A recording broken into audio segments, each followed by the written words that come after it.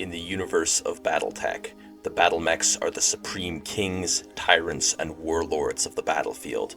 Towering well above any army fielded, they are able to crush their way through infantry, tanks, and even whole cities with ease.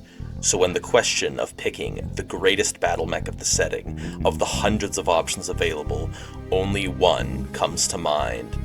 A mech so ubiquitous to the inner sphere, so prevalent and favored, that every single great house uses them to great effect. I am referring to none other than the humble UrbanMech. Hello everybody, and welcome back to the channel. Sorry for slightly embellishing the intro a little bit. Truth be told, the UrbanMech is not exactly that sought after by the inner sphere, and well, it's kind of a piece of shit, but we love him anyway. The UrbanMech is, as implied by the name, is an urban combat vehicle, and outside of that, it's pretty terrible, but it does have some major upsides that we will be discussing later. As for the stats of this thing, it is a 30-ton light mech designed by Orgus Industries in 2675 for the Star League. When they asked for an urban combat mech, it is fairly well armored with 6 tons of Duralex medium, but its major upside comes in the form of the big fuck-off AC-10 cannon that it carries. But it only has a single ton of reloads, so sustain isn't exactly this guy's middle name. For secondary weapons, it does carry a small laser, and it is also a small mech, so it gets the low profile quirk. It also has a 360-degree torso twist, which is very handy for urban maneuvers. But this thing really starts to fall apart when you talk about speed, or the lack thereof. You see, this thing is powered by a Linux 60 engine, which is more commonly used in 8-ton cars, which makes the UrbanMech really slow, like 32 kilometers per hour max speed slow. So you won't be getting any speeding tickets in a friggin' school zone, but you also won't exactly be, getting anywhere with any degree of speed.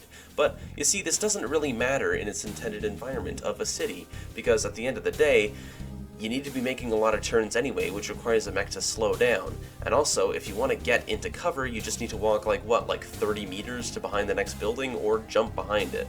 At the end of the day, Orgus Industries was tasked with delivering an urban warfare mech.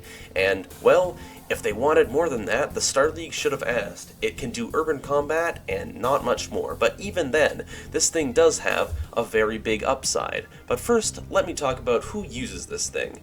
Well, the great houses all have quite a few UrbanMechs, but they don't exactly use them for much more than garrison duty and spare parts.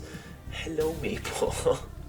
Sorry, my cat was thirsty. But anyway, as I was saying, the great houses don't use them too much for any frontline combat unless you're House Liao or the Federated Sons. They have a particularly high number of UrbanMechs, but also House Liao doesn't really have any other options because their industrial base was kind of devastated throughout the Succession Wars, and especially the brief but bloody Fourth Succession War.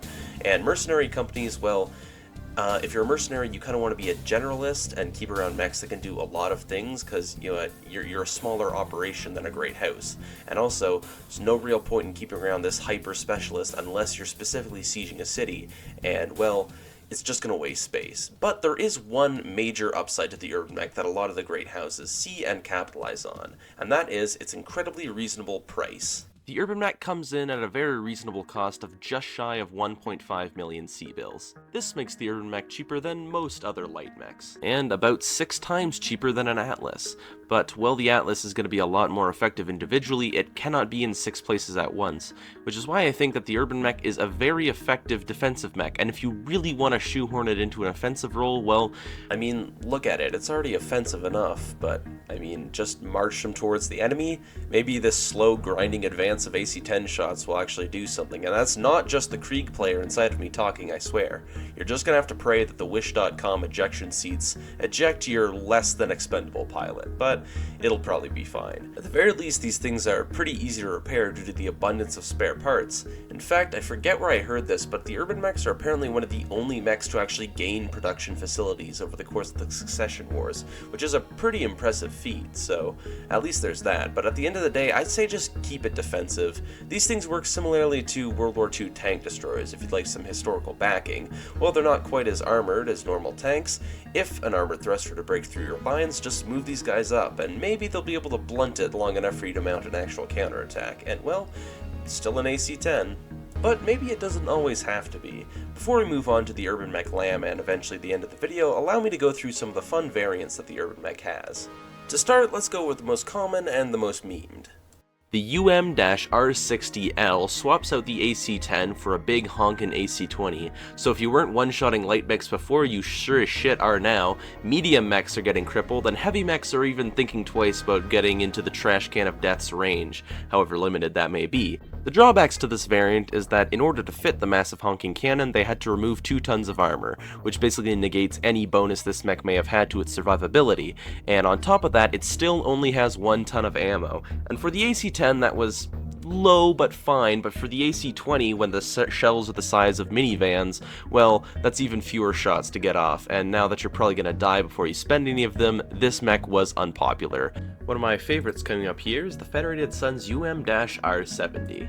An upgrade kit for their stockpiles of UM-R60s, the R70s saves weight but conserves the armor by swapping to ferrofibrous, and it mounts 2 tons of ammo instead of the normal 1. It carries an ER medium laser and an ER small laser in place of the standard small laser, and the king of all the upgrades here is that it swaps the AC-10 for a rotary autocannon 5. The normal UrbanMech may have been scary for its large weapons, but now you're scared of the pure volume of fire coming from this trash can of death, and for that, this is one of my favorites, although I could be biased, as the rotary autocannons are my favorite class of weapon. The R80 is the advanced technology version of the UrbanMech. This variant carries a snub-nosed PPC in place of the AC-10 and retains the small laser but also adds a small pulse laser on top. And as for the technology, it comes with a tag, a Beagle active probe, a Guardium electronic countermeasures suite, as well as improved jump jets, which makes this guy the ultimate supporting UrbanMech. Despite being second place in terms of using the UrbanMech, the Federated Suns sure like to make a lot of modifications for theirs. The UM-R90 Suburban Mech is a mech that is visibly identical to the normal UrbanMech, but under the hood it is very different.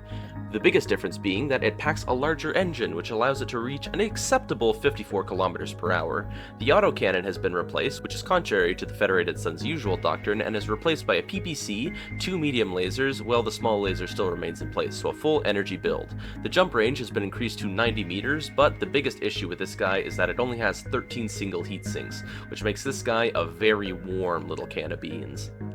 The UrbanMech Aero 4 packs an Aero 4 rocket artillery onto an UrbanMech. It does this at the expense of the entirety of the right torso, but it also had to take endosteel internal structure and, much to the chagrin of the pilot, take a small cockpit, which means less life support and cramped conditions. But in exchange, you get a pretty decent fire support unit. The Aero 4 is one of the biggest pieces of rocket artillery in the BattleTech universe, and can be nuclear capable, so give nukes to the trash can. And finally, we come to the UrbanMech LAM, which isn't real. The UrbanMech was actually never made into a LAM, at least on paper, and the box was released purely as a meme by Catalyst Game Labs. However, it's real enough to me, and I'm still going to talk about it.